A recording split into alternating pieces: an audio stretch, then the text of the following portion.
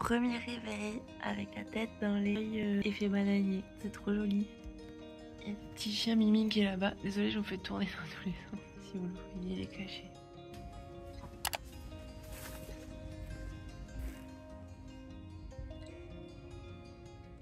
Elle est contente. Elle est contente, Mimi. Je crois qu'elle dort les yeux ouverts. Elle ronfle. Première nuit dans notre nouveau logement, c'est calme, c'est super calme, ça fait bizarre que ce soit aussi calme, on n'entend vraiment aucun bruit parce que la clim ne fait quasiment pas de bruit. Normalement dans les logements en Asie il y a souvent la clim qui fait beaucoup de bruit, là ça va. Aujourd'hui on s'apprête à aller au niveau du lac Batour, donc le lac qui est à côté du mont Batour, du volcan. On ira sur le mont Batour un autre jour, on fera l'ascension du mont Batour. Là pour l'instant on va aller au niveau du lac, je pense que ça a l'air sympa, il y a des vues sympas, il y a un temple aussi à visiter. Donc on a pas mal de routes, enfin en bas du lac ça va, je crois qu'on a 1h15 à peu près. Par contre si on veut commencer à monter, la distance s'allonge, c'est un grand lac. Donc on vous amène avec nous et on a pris les piles parce qu'apparemment il fait pas très chaud. Et on espère que notre petit scooter va nous suivre jusqu'à là-bas, enfin notre scooter un peu plus petit que le précédent, qui va avoir assez de puissance pour nous amener jusqu'à là-bas et nous ramener aussi. En fait vous avez plusieurs stations et Petralite c'est le moins cher. De toute façon là où il y a la queue en général c'est le moins cher. Regardez les deux autres, il n'y a personne. Je pense pas qu'il y ait beaucoup de différence, mais c'est un peu moins cher.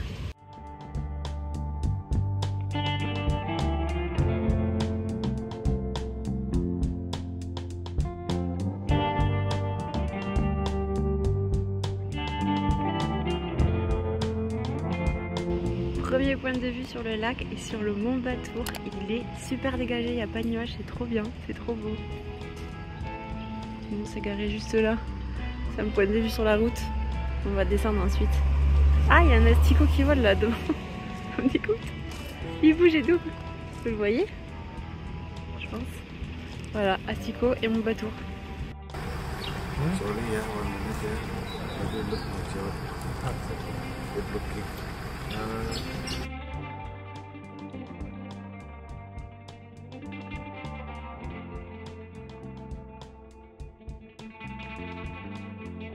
Bon, on a voulu aller à un temple qui n'est pas très connu avec une dizaine d'avis, sauf qu'ils nous ont demandé de repayer. En fait, on a déjà payé pour le parc national de Kintamani. On a payé 50 000 par personne pour le parc national de Kintamani. Ça, c'est normal, enfin, je crois. On a un ticket en tout cas.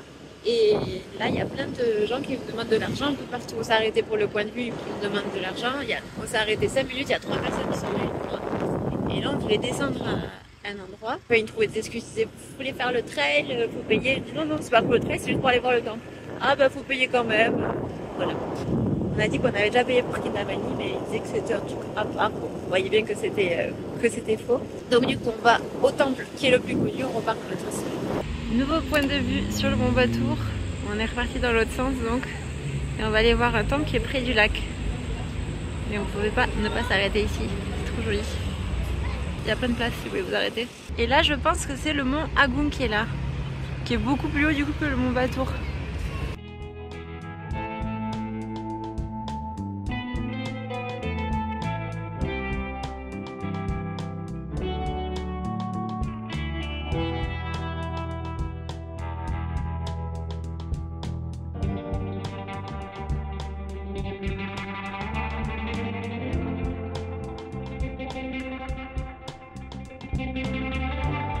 On se fait une petite pause bien méritée après tout ce trajet avec un matcha, regardez comme il est joli, un matcha chaud et un café pour Julien, il a déjà bu, il était joli aussi. Et surtout regardez la vue.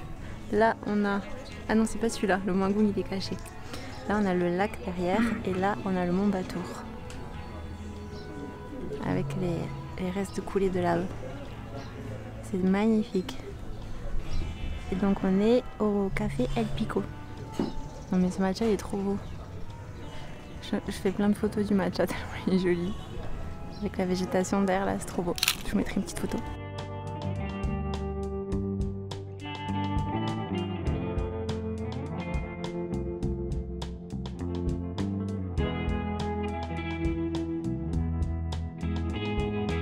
On vient d'entrer à Segara Ulun Danu Batour. Donc c'est un temple, là c'est le ticket du parking. Et ensuite il faut faire une donation et en échange ils te mettent un sarrau. Bon, donation, il te dit, oh, vous pouvez donner par exemple 30 000 par personne. Il donne des idées de combien on peut donner. Et après, il n'y a pas de ticket d'entrée. Mais il y a une très belle vue avec le lac et les montagnes derrière. Et regardez qu'il y en a à l'ombre là. Hey. Oh.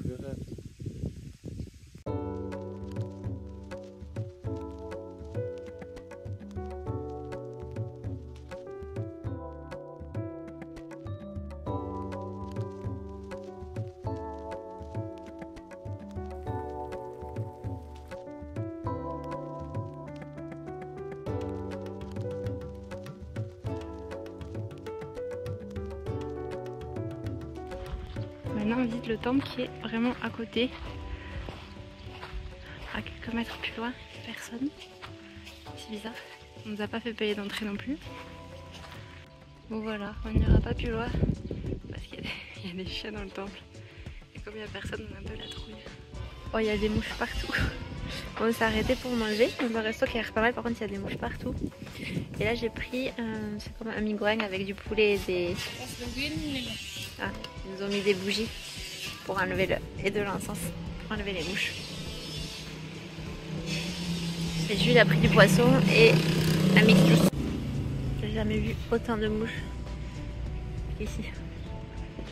Bon, petit récap de Kintamani quelques jours après, parce que j'ai oublié de vous le faire sur le moment. Bon, déjà on savait pas trop à quoi s'attendre en allant là-bas, on savait qu'on allait voir un lac et avec un peu de chance, il n'y avait pas de nuages, le Mont Batour. Et franchement, c'était une belle journée, une belle balade. Donc si jamais vous logez vers Ubud, ça se fait facilement de le faire à la journée. Le seul truc, c'est que on a trouvé qu'il y avait une ambiance un petit peu bizarre et que les gens n'étaient pas forcément hyper bien intentionnés. Et c'est vraiment la première fois qu'on ressent ça en Indonésie. On fait quand même plusieurs régions déjà et on s'est jamais senti mal regardé.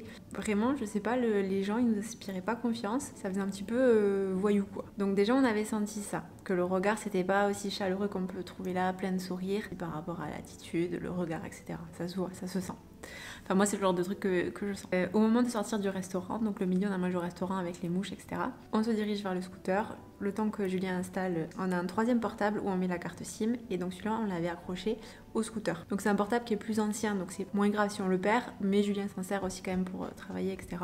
Donc ça c'est toujours un petit peu embêtant de le perdre. Je vous dis ça parce qu'à Bali, il y a beaucoup de gens qui se font arracher le portable quand ils le mettent sur le scooter. Donc même si vous le serrez, ça peut être dangereux parce qu'ils peuvent vous faire tomber en scooter aussi. Donc moi je suis en train de me mettre le casque, de mettre mon sac à dos, etc. Julien il accroche le portable et je vois qu'il y a un scooter qui est en face. Donc nous on est d'un côté.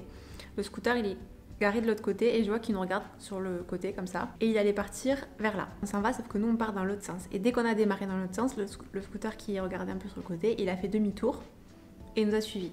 Donc j'ai dit à Julien les avait pas vus. J'ai l'impression qu'il y a des gens qui nous suivent. Donc on décide de s'arrêter sur le côté, au milieu de rien. Enfin il n'y avait pas de restaurant ni rien à côté pour voir s'ils allaient s'arrêter ou pas. S'ils s'arrêtaient en même temps que nous, c'est que c'est sûr ils nous suivaient parce qu'il n'y avait vraiment rien à faire là. On s'arrête donc sur le côté, ils nous dépassent de quelques mètres et ils s'arrêtent 2 mètres plus loin sur la route en face.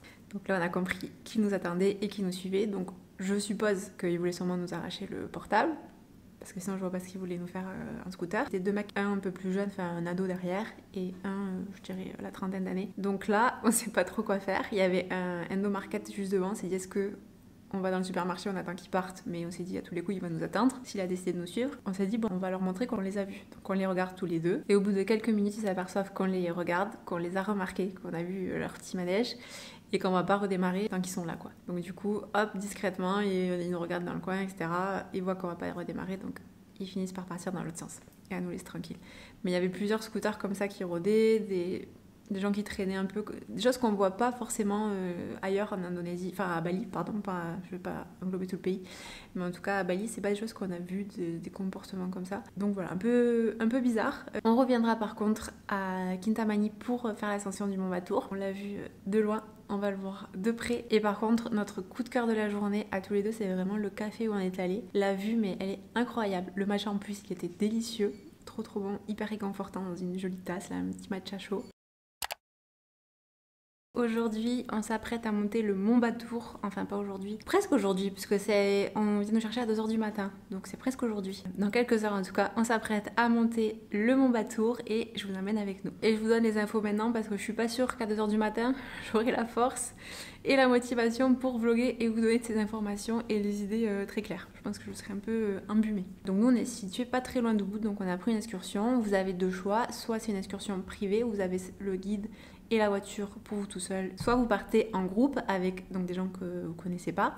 Donc nous on a choisi cette option, on sera à 5. Le programme, je vous donne les infos que j'ai, après il y a une part d'inconnus, une grosse part d'inconnus même. On vient nous chercher à 2h du matin au logement. Ensuite on prend donc, je sais pas si une voiture, un minivan, je suppose que c'est un minivan, direction le Mont Batour. On doit prendre le petit déjeuner en bas du Mont Batour, je sais pas quelle heure il sera mais sûrement vers 3h et quelques, je suis pas sûre d'avoir très faim. Ensuite on s'attaque à l'ascension du Mont Batour. Apparemment, il va y avoir beaucoup de personnes, beaucoup de touristes. J'ai vu des images, c'est assez impressionnant le nombre de personnes qui montent le Mont Batour. Ensuite, on attend donc le lever du soleil une fois là-haut. Voilà, et ensuite redescente et on revient, on nous ramène au logement. Voilà le programme. J'appréhende un peu le lever à du coup 1h30 du matin parce qu'on va nous chercher à 2h parce que avec la fatigue, je sais pas si je suis toute seule, mais j'ai souvent un peu des nausées et envie de vomir quand je suis très fatiguée. Je sais pas s'il y a que moi ou si vous aussi, dites-moi dans les commentaires. Et bon, ça après, je pense que c'est comme tout le monde, je me sens un peu faiblarde, donc faire une randonnée à 2h du matin, j'appréhende un peu, mais sinon je pense que ça va être chouette. Et deuxième chose que j'appréhende, c'est pas tellement la montée en soi, hein, c'est d'avoir froid, parce que j'ai pas beaucoup d'affaires qui sont chaudes, vu qu'on voyage en Asie et qu'il fait toujours chaud. Les seuls endroits où on a froid, c'est quand on va dans les centres commerciaux et qu'ils ont foutu la clim à fond. Mais sinon, il n'y a pas trop d'endroits où on a froid. Donc je vais empiler mes petits pulls. J'ai 2 petits pulls et un gilet à capuche. Voilà, je vais me couvrir avec ça. J'espère que ça suffira parce qu'apparemment il fait quand même froid, surtout quand vous montez là. Et tant que le soleil n'est pas levé, évidemment. Mais sinon, je suis contente et j'ai hâte. Et Julien aussi est très content parce que lui, il adore les randonnées, les volcans, etc. Donc lui, il est très content de le faire. Tu veux dire quelque chose ? C'est vrai que ça va prendre ton chien. C'est pas comme ça qu'il faut dire. Je pense pas prendre le drone pour pas trop me charger. Je vais prendre l'appareil évidemment. Je vais pas en haut d'un volcan sans mon appareil. Je veux pouvoir immortaliser ce moment et vous le partager aussi également. Donc on revient dans la région de Kintamani qu'on a déjà visité un petit peu le week-end dernier. Je sais pas si ce sera le début de cette vidéo ou une autre vidéo. Donc je vous dis à tout à l'heure à 2h du matin ou un peu après. Je sais pas trop quand je vais filmer. Mais je vais essayer de vous faire un petit reportage sur le Mont Batour et sur l'ascension. Bon, si vous voyez rien, c'est normal. On est dans la voiture, il est 2h du matin. Il a été super ponctuel. On va chercher une 3e personne.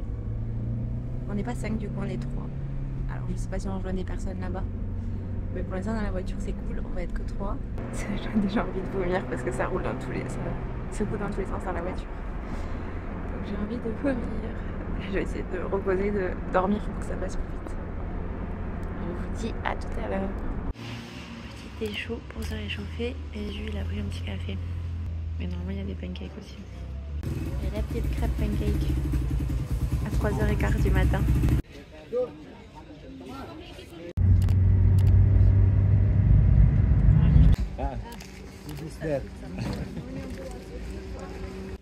Ça y est, on commence la montée. 4h10. Ah ouais. On voit déjà les gens là qui sont en train de monter sur le volcan. On voit des petites lumières. On dirait une route tellement. Vous voyez rien là. Ça vient de vous montrer tout à l'heure. Pour l'instant c'est la route, c'est tranquille.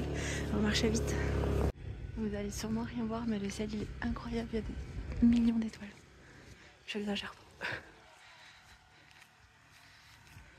Bon, je vous parle dans le noir, hein. Vous voyez pas mais je suis là. Apparemment aujourd'hui c'est la journée de l'indépendance de l'Indonésie. Et donc il y a encore plus de monde que d'habitude. Et le chauffeur quand il avait vu les gens sur le volcan, il était choqué, il a fait waouh. Donc si mamie est choquée, je pense qu'il y a encore plus de monde qu'à d'habitude. Donc on va voir ce que ça donne. En plus des touristes, il y a les locaux aujourd'hui.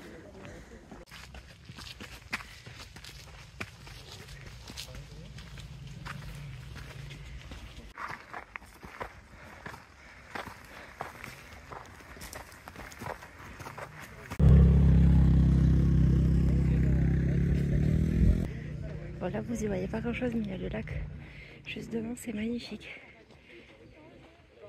Je suis épuisée par contre. Les autres ils montent vachement vite. Ils ont plus de cardio que moi, je galère à suivre. Qui passe en moto tranquille. galère. Je pense que c'est quand même une belle expérience de faire la montée, même si là j'avoue que je galère les derniers mètres. Je crois qu'on arrive bientôt. Il nous a dit 20 minutes. On commence à avoir des jolies couleurs.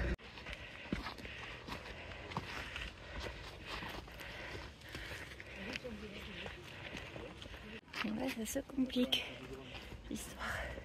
Il y a déjà des drones qui volent alors qu'il fait pas jour encore. Nous on l'a pas pris, j'ai pris l'appareil juste.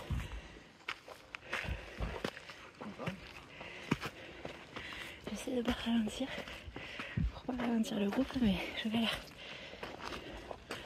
J'ai le petit cœur qui s'emballe.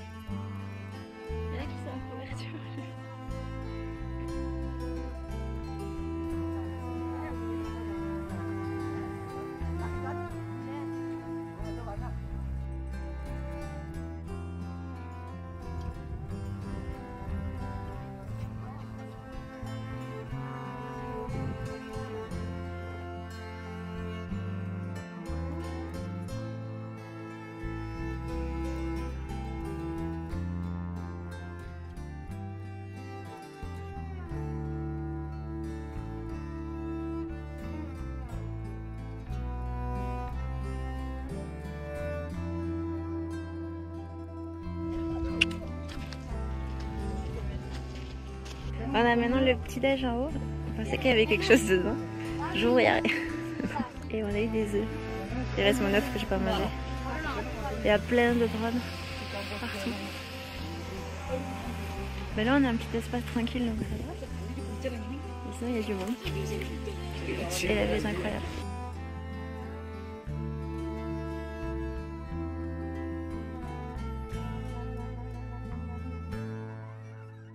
Et là le soleil il est pas encore levé, enfin il est en train de se lever, on le voit pas encore. C'est déjà incroyable. Et les lumières vont changer petit à petit, je crois que je vais pas pouvoir m'arrêter de faire des photos. Je vais essayer de profiter quand même. Là il y a des rizières, c'est magnifique. Là le monde en haut par contre. Mais ça va, chacun a son petit espace, on est tranquille.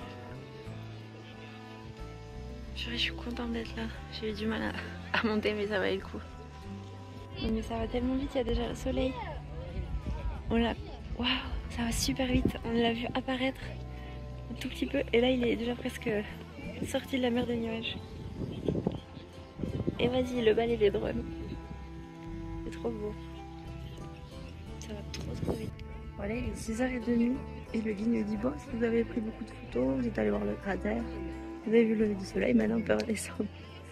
Essayer de gratter un peu de temps parce que bon, j'ai l'impression qu'on vient d'arriver en haut. On va profiter un peu.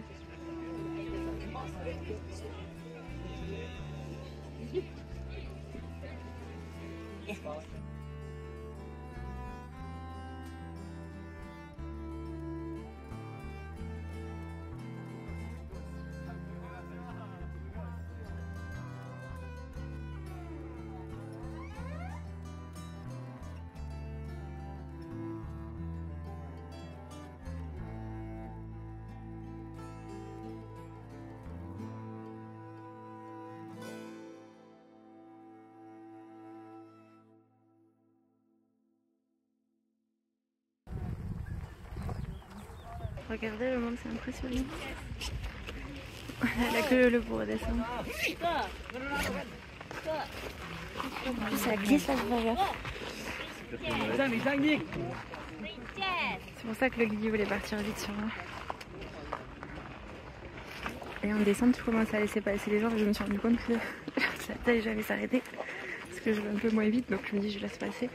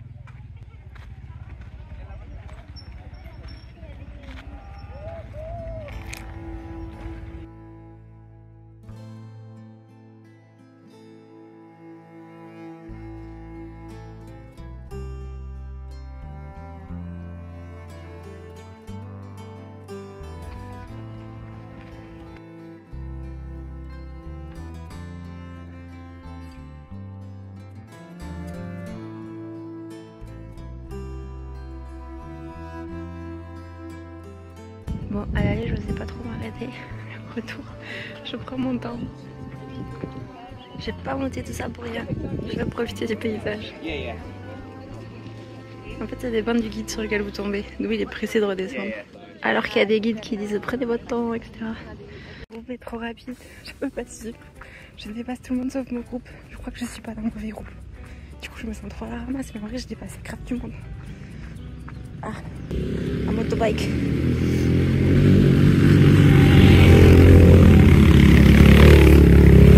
Regardez, il n'y a personne.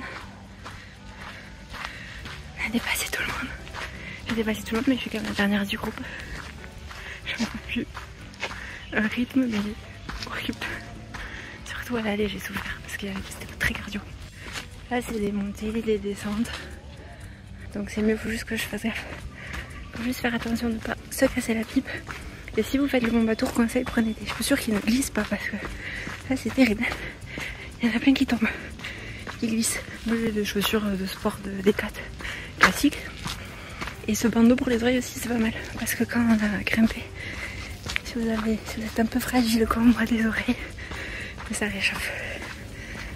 J'en peux plus, ils sont encore loin. J'arrive pas à les suivre, pourtant je vous promets, je vais vite. Je cours et tout. Je cours, j'en peux plus. Je suis tout seul, il n'y a personne. Il y avait une foule pas possible, on a doublé tout le monde. Du coup, moi j'étais contente, je me suis dit plein de gens. Mais sauf que j'arrive pas sur mon groupe. La prochaine fois, je demanderai le groupe plus lent. Le groupe qui s'arrête pour faire des photos. Bon, au moins ça me permet de vous parler et de vlogger parce que sinon, je n'ose pas trop. Ah ouais, regardez. En fait, à aller, il y avait deux chemins. Et il nous a dit que sur le chemin, il y aurait moins de monde. Donc, on a pris en fait le chemin des bikers. Là, pour marcher, c'est là. Et en fait, vous pouvez faire la montée à pied, en motocross, je sais pas comment on dit, en jeep sinon. Donc si vous pouvez pas trop marcher, bah vous avez des moyens quand même d'aller parce que du coup on emprunte le même chemin, donc faut se mettre sur le côté. Donc si vous pouvez pas trop marcher, vous avez quand même moyen d'aller jusqu'au Mont Batour. Et ça c'est chouette, c'est moins cool pour ceux qui marchent de voir les scooters passer à côté, de devoir se mettre sur le côté, d'avoir l'odeur du pétrole aussi. Je crois qu'il est 7h. Attends, non, quelle heure? Il est 7h30 du matin. Et on est presque en bas déjà. Moi je me suis dit, bon, on va descendre vers 9h. On va prendre du temps là-haut, mais pas du tout. Il y a lui qui m'attend un peu parce qu'il a peur que je me perde. Parce que parfois il y a des intersections. Allez hop, il n'y a plus personne. Et au niveau du froid, finalement ça allait. J'avais peur qu'il fasse super froid. Mais comme on grimpe, pas le temps d'avoir froid. Pendant que les autres continuent, je vais me faire engueuler.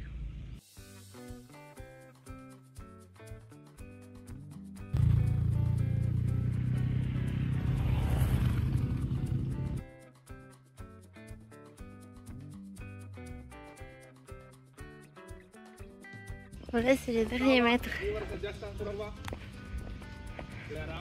C'est sur la route. On découvre le paysage parce que du coup on l'a pas vu à l'aller comme c'était de nuit. C'est des plantations qui sont autour. Il y a des tomates, j'ai trop envie de manger des tomates.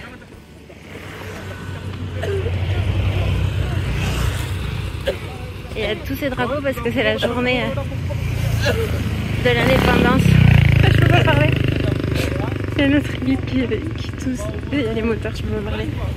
Les derniers mètres. Ça ne finit pas, mais en tout cas c'est une route bétonnée.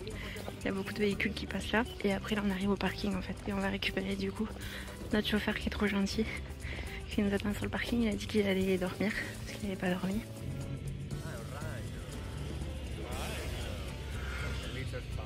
Bon, je vous retrouve, je sais pas combien de temps après, 20 minutes je crois. On devait arriver bientôt, mais on est encore en train de marcher.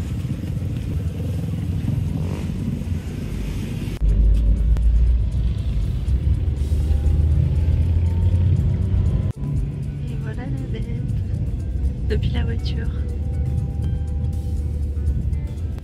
Et ce matin quand on a pris la route dans l'autre, c'était impressionnant puisqu'on voyait vraiment une traînée de lumière.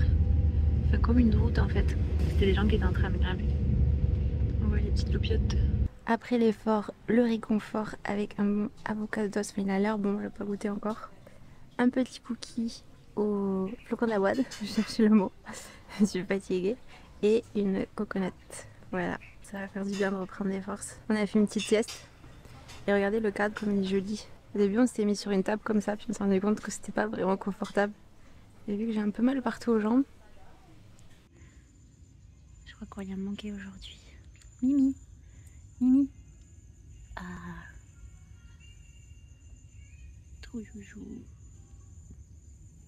Bon, je crois que c'est l'heure du récap du Mont Batour, de l'ascension du Mont Batour. Donc je vais vous donner mon avis, mon ressenti et mes conseils si jamais vous souhaitez faire l'ascension du Mont Batour. Comme vous vous doutez, je vous retrouve quelques heures plus tard après une bonne sieste, un bon repas à midi et encore un peu de repos cet après-midi parce que la nuit a été très courte.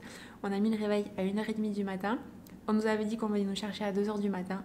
À 2h du matin pile, le monsieur était là devant notre porte à faire le tour du ce qu'on appelle un compound. Il y a plusieurs maisons avec les balinés, donc les propriétaires qui habitent aussi dans le compound avec un petit jardin au milieu. Et à 2h du matin, le monsieur était en train de nous dire mon Batour, mon Batour, mon Batour, en faisant le tour du jardin. Donc on a réveillé les propriétaires qui se demandaient ce qui se passait. Ils pensaient qu'on était bloqués dehors, qu'on pouvait pas rentrer. En fait, c'était pour sortir. Bon, voilà. Je vous ai mis tout le déroulé avec les heures, le petit déjeuner, etc.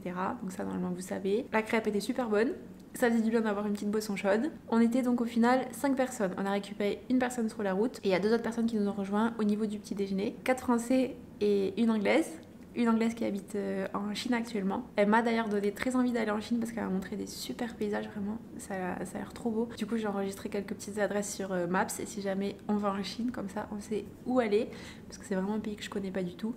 Je m'égare complètement, restons sur le Mont Batour. Ensuite, donc pour l'ascension, on a mis 1h45 à l'aller. Ça monte quand même pas mal. Ça a fait beaucoup travailler le cœur.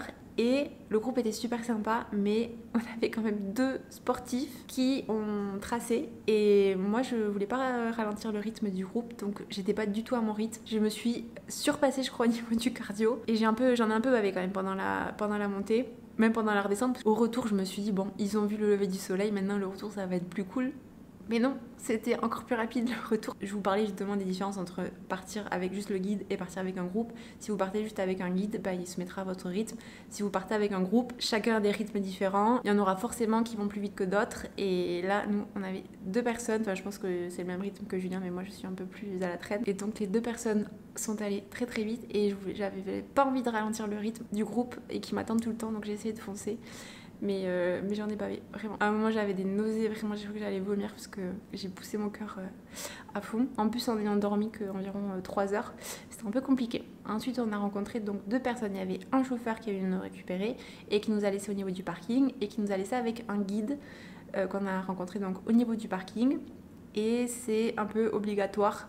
Officiellement, c'est obligatoire d'avoir un guide. Je sais pas s'il y en a qui arrivent à passer sans guide. Est-ce que c'est nécessaire? Non, parce qu'il y a énormément de monde. Bah, le chemin il est tracé, enfin on risque pas grand chose. Le guide était sympa. Après, il était pas non plus vraiment à l'écoute ou quoi que ce soit. Parfois, il décidait de faire des pauses et puis il fallait s'arrêter pendant 10 minutes. Mais il faisait pas vraiment en fonction de nous. Ensuite, au niveau des horaires, on était un peu juste. On arrivait vraiment juste pour le lever du soleil. Et puis, ça se passe super vite. Vraiment, quand vous commencez à voir la boule de feu, elle monte tout d'un coup.